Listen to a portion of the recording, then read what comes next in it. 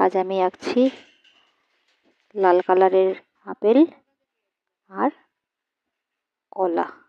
আগে আমি কলা এঁকে নিচ্ছি খুব সহজভাবে। আগে উপরে হালকা মতো একটু গোল মতন দাগ টেনে আর নিচটা টেনে নিচ্ছি। এরপর উপরের বোঁটাটা আঁকছি। তার ঠিক পিছনে আমি অর্ধেক আপেল আঁকছি।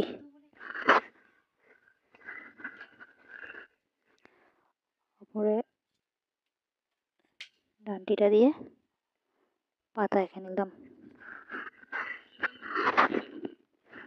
এরপর আমি রং করব। আপেলটা আমি পুরো লাল রঙের করছি।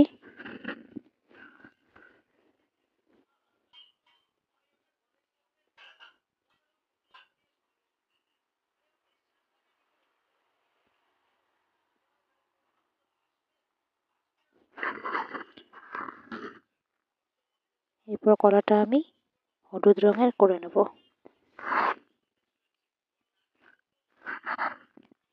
সামনে একটা দাগ দিতে ভুলে গেছিলাম, তাই দিয়ে নিলাম।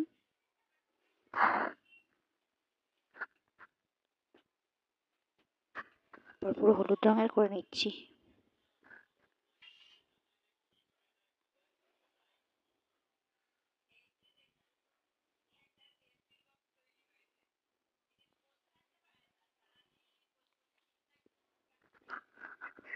এরপর আপেলের বোঁটাটা আর কলার বোঁটাটা সব আমি খয়েরি রঙের করে নিচ্ছি।